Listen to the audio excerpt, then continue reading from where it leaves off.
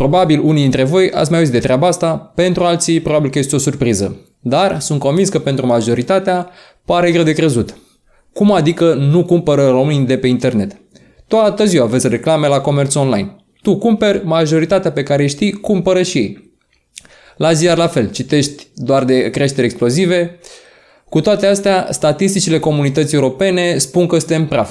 Iar eu înclin să cred că au dreptate și am să și vă explic de ce.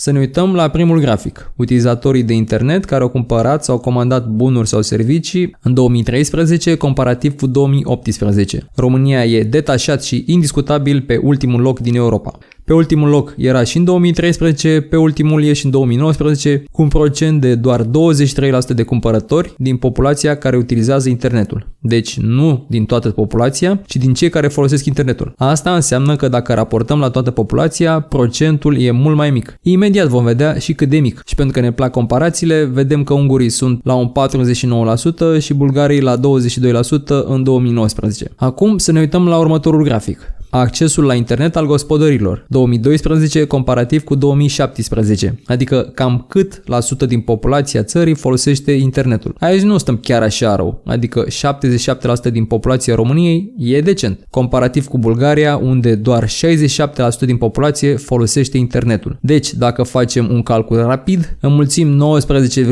19,53 milioane cât are populația României cu 77% și ies în jur de 15 milioane de utilizatori de internet. Acum, din aceștia, doar 23% cumpără online. Rezultă că există 3,45 milioane de români care cumpără de pe internet. În Bulgaria folosesc internetul 65% din cei 7 milioane de locuitori, adică 4,55 milioane, din care 22% cumpără online. Rezultă că 1 milion de bulgari cumpără de pe internet. Dacă repetăm calculul și pentru Ungaria, care are mai puțin de jumătate din populația României, dar de unde cumpără online de 2 ori mai mulți, adică 49%, avem 3,78 de milioane care cumpără online. Ungaria, chiar dacă este mult mai mică, are mai mulți cumpărători online decât are România. Datele astea arată că România e cel mai prost loc din Europa în care să-ți deschizi un magazin online. Mergând la următorul grafic, vedem că tinerii cumpără cel mai mult, iar bătrânii cel mai puțin. Mai mult cumpără și cei cu studii superioare și cei care sunt angajați. Acum să ne uităm la cum se prezintă populația României. 5 milioane de pensionari, 4,5 milioane de copii, 6,5 milioane asistați sociali și 7 milioane de angajați, din care 1,5 milioane sunt la stat. Copiii nu cumpără, asistații sociali și pensionarii nu au bani și nici cunoștințele tehnice necesare. Fapt confirmat și de numărul mic de cetățeni de peste 54 de ani care accesează cel.ro, raportat la cât reprezintă ei din populația țării. 27% din populație, dar doar 15% din vizitatorii cel.ro. Deci prima explicație pentru numărul mic de cumpărători online din România este că o mare parte din populație nu are nici veniturile și nici cunoștințele necesare pentru acest tip de comerț.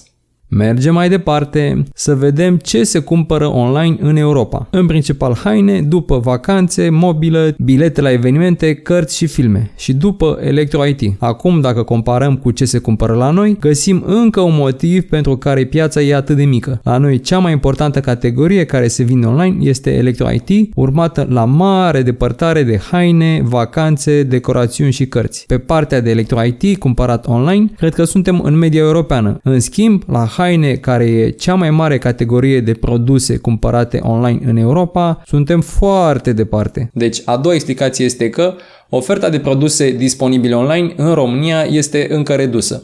Acum, nu-mi dau seama dacă oferta este redusă pentru că nu există cerere sau nu există cerere pentru că oferta este redusă.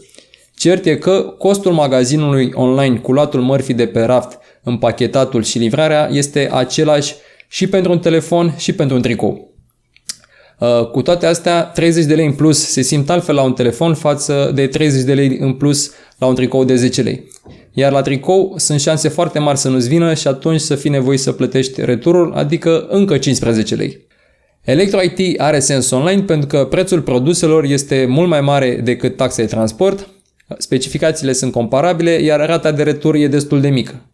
Tocmai de aceea această categorie se vinde online în România comparabil cu modul în care se vinde în afară. Dar Câte telefoane și mașini de spălat să cumpere cei 3,45 de milioane de români care cumpără online? Pentru că nu se strică chiar atât de des produsele alea. Să ne uităm mai departe la o altă statistică foarte interesantă, unde iar România e campioană detașată. Și bineînțeles că tot la ceva rău. Persoane care nu au furnizat informații cu caracter personal pe internet.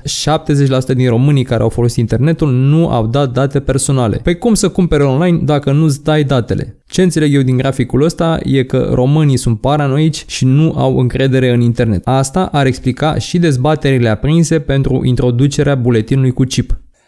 Dar cine ar vrea să fure datele unor oameni care nu au bani să cumpere nimic?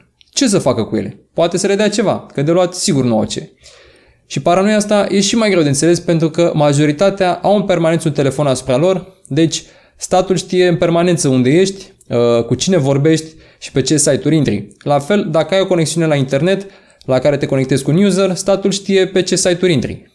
Luxemburg, unde trăiesc unii dintre cei mai bogați pământeni, sunt fix la polul opus. Nu au nicio teamă de internet. Exact cei de la care ai avea câte ceva de furat. Ne mai uităm la încă un grafic care confirmă că teama de internet vine și din neștiință, pentru că românii nu știu faptul că cookie-urile pot fi folosite pentru a fi urmăriți pe internet. Evident că suntem tot cei mai neinformați din Europa. Românii habar nu au cum funcționează internetul, dar au frică de el. Deci, a treia cauză, lipsa de încredere în internet, datorată în mare parte neștiinței, cumulată cu un șir nesfârșit de articole din mass media care prezintă internetul ca un mediu nesigur în care ai toate șansele să-ți iei țeapă. Acum să ne uităm la niște statistici interne de la cel.ro și să mai observăm alte date interesante.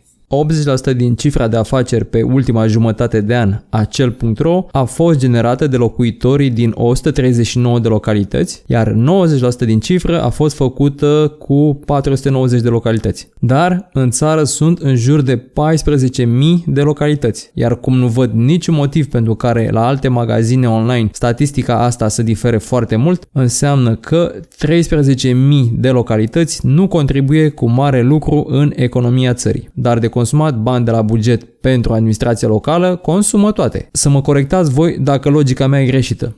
Acum o să facem o comparație cu harta sărăciei pentru a înțelege și mai bine de ce doar o mică parte din România cumpără online. Harta asta a sărăciei este făcută în funcție de puterea de cumpărare, iar dacă o comparăm cu topul județelor care au comandat online de pe cel.ro, vedem că acest top respectă destul de bine această hartă. Timișoara, Cluj, Ilfov, Constanța, Brașov în partea de sus și Botoșani, Vaslui, Brăila, Vrancea, Sălaj și Mehedinți la polul opus, acestea fiind cele mai sărace județe din România. Statistica asta vine să confirme primul motiv și anume că o mare parte din cetățenii țării nu au resursele financiare necesare pentru a cumpăra online. Deci să recapitulăm. Românii nu cumpără online pentru că 1. Nu au bani și nici cunoștințele necesare, 2. Pentru că numărul de produse disponibile online este limitat și 3. Pentru că le este frică. Cred că comerțul online este un indicator foarte bun al gradului de dezvoltare a unei societăți pentru că implică atât puterea de cumpărare cât și infrastructura și educația. Comerțul online totodată arată cât de mari sunt diferențele între diferitele zone ale țării pentru că România nu este doar Timișoara, București și Cluj. Cam atât pentru azi. Sunt Tiberiu Pop, șeful cel.ro. Până data viitoare, consumați mai puțin zahăr și faceți mai mult sport și să auzim numai de bine.